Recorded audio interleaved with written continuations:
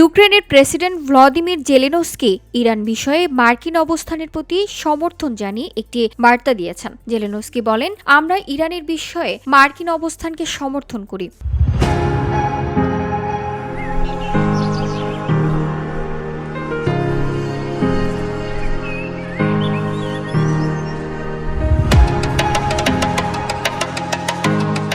যে শাসন ব্যবস্থা এত বছর ধরে টিকে আছে এবং এত মানুষকে হত্যা করেছে সেটার পরিবর্তন করা দরকার।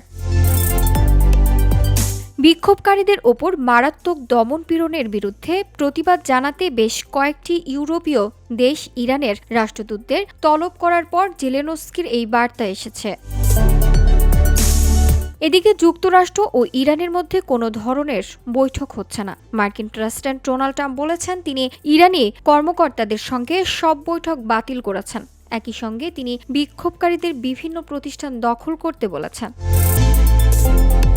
তিনি বলেন, বিক্ষোভকারীদের নির্মমভাবে হত্যা করা বন্ধ না হওয়া পর্যন্ত আমি ইরানি কর্মকর্তাদের সঙ্গে সব বৈঠক বাতিল করেছি। VOD Bangla news desk.